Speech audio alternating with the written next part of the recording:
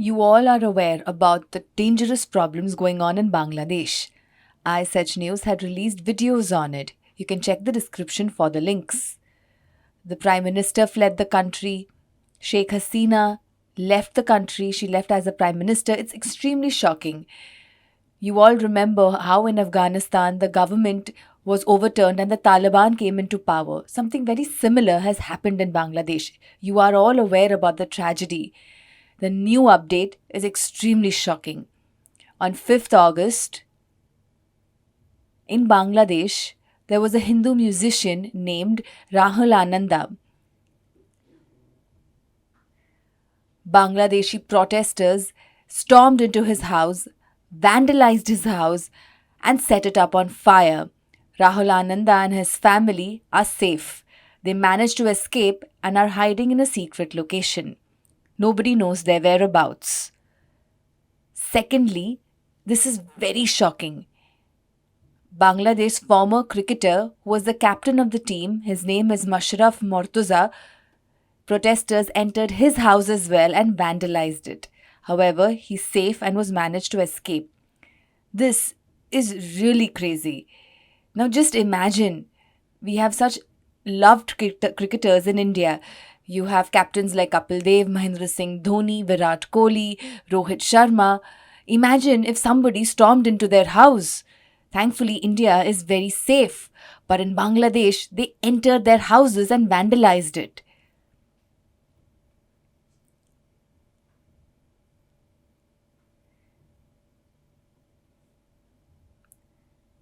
Flights from Delhi to Dhaka in Bangladesh, even flights from Mumbai, Madras, etc., all these flights were stopped. From 5th August to 6th August, all the flights had been suspended to Dhaka in Bangladesh.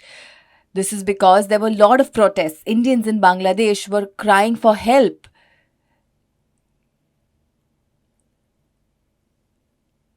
At the last minute,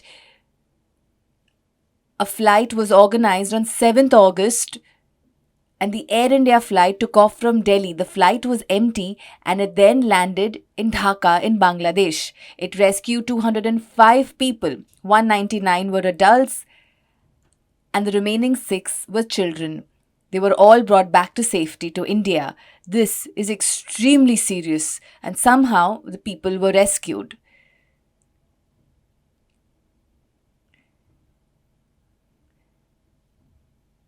Sheikh Hasina, who was the former Prime Minister, belonged to the Awami League political party. You all are aware that she has escaped the country.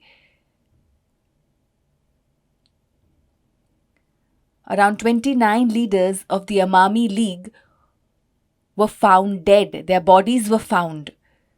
29 leaders of the Awami League have been killed. Even their family members were killed. All of their bodies were found. This is extremely shocking. A Bangladeshi woman named Prova Rani was in Chennai for her cancer treatment. She was there with her husband Sushil Ranjan. However, upon her return, she got stuck in India because of the violent protests in Bangladesh. This is because India had suspended all flights to Bangladesh. Many Bangladeshis like her were in India for medical treatment. They were there, they were stuck in Kolkata, Chennai, Delhi, Mumbai, and many other cities, and they were unable to return.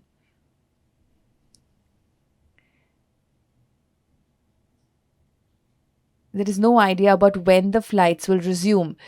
It all depends on the situation in Bangladesh, and it is expected to resume on 8th of August. The Indian High Commission in Bangladesh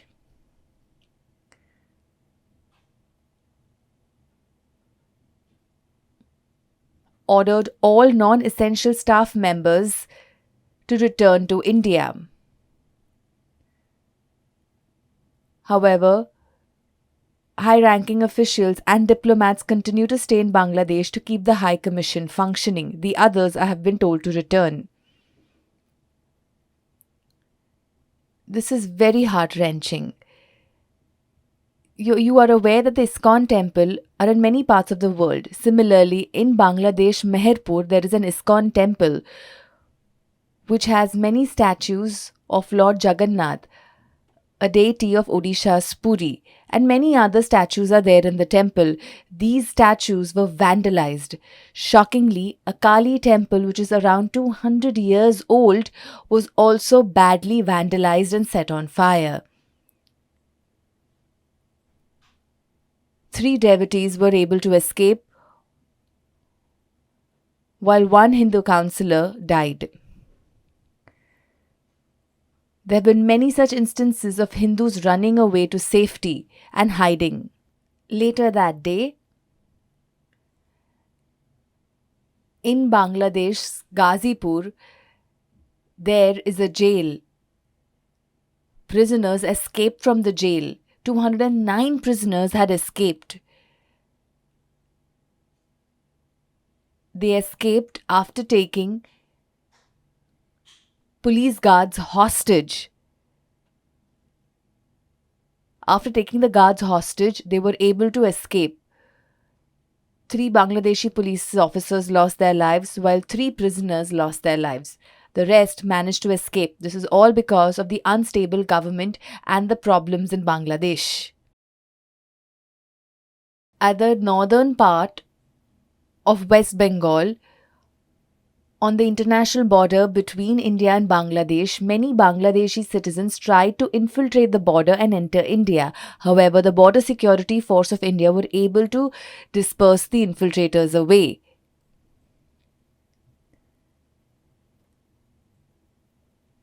Currently, Bangladesh's former Prime Minister Sheikh Hasina, her sister, and Sheikh Hasina's son are currently in India. Bangladesh Supreme Court Bar Association President A.M. Mahbub Uddin Khonkhon has urged India to arrest Sheikh Hasina and her sister and deport them back to Bangladesh. Sheikh Hasina has currently applied for asylum to the UK. This is because of the various problems and insecurity of Bangladesh. She said that she would not want to return to Bangladesh.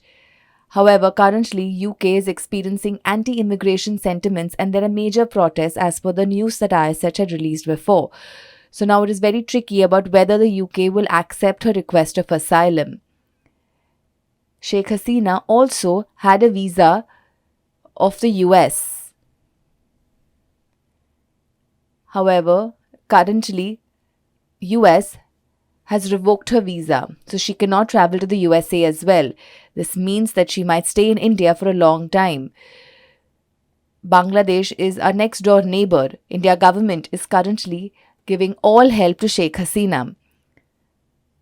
Will this in turn lead to Bangladesh retaliating on India?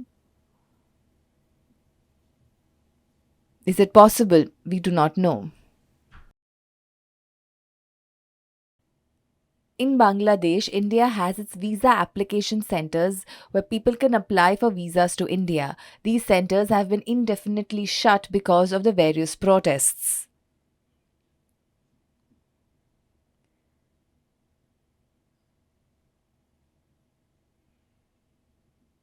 There is a lot of outrage against Sheikh Hasina in Bangladesh. However, she does have a good side according to many. Sheikh Hasina has always protected various minorities in Bangladesh against extremists in the country. She has always ensured there is equality.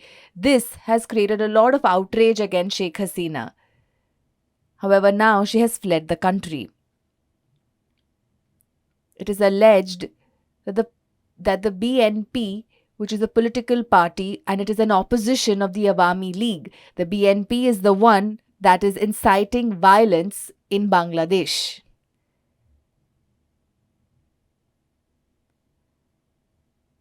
There is also another political party called Jamaat-e-Islami, and it is a Pakistan-linked political party. They are completely anti-Indian and anti-Hindu. These two parties are the ones that are inciting the violence. Now, there is no government in Bangladesh. the BNP is going to be forming the interim government. Earlier, the Awami League and India had close ties and close trade ties as well. Let me tell you about it. Now, here's one problem. Earlier, when Prime Minister Hasina Sheikh was in power, India had amazing relations with Bangladesh. Now that Sheikh Hasina has fled and there is an interim government in place, which is led by the opposition parties, many of the prior partnerships can be revoked. For example, earlier, India had energy generation and conservation partnership with Bangladesh. There was the rail and road connectivity plans.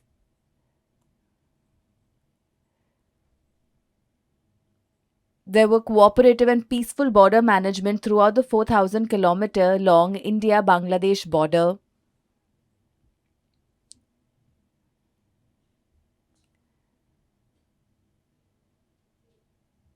There was a partnership to resolve drug transportation, human trafficking, and fake currency circulation.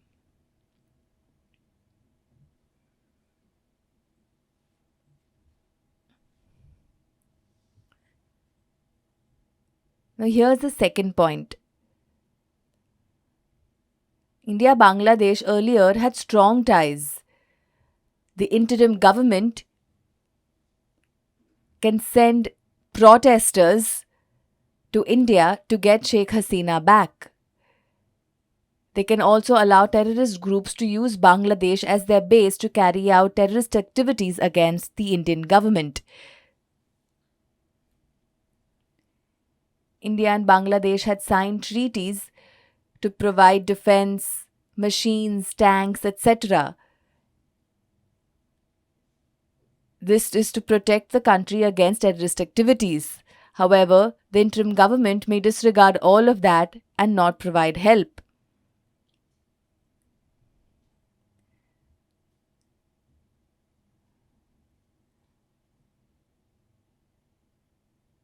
For any development investments in Bangladesh, sometimes China would give proposals. Sheikh Hasina would always give India more priority because of the goodwill and trust between the two countries.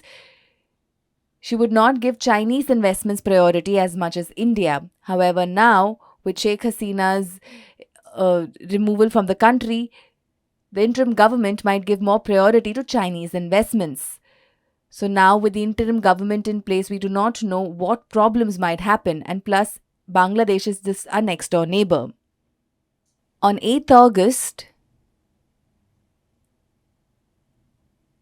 the interim government will be sworn in and it will be headed by Muhammad Yunus. Will there be peace after this? Or will the situation worsen? Nobody knows. We'll have to wait and watch. Now, with the new interim government in place, how will India's ties be? It seems to be very difficult. What do you feel? Deaf people in Bangladesh and India, do you think our strong ties will continue or is it difficult? Also, deaf and Bangladeshi Indians, please continue to be united. These are political problems, remember.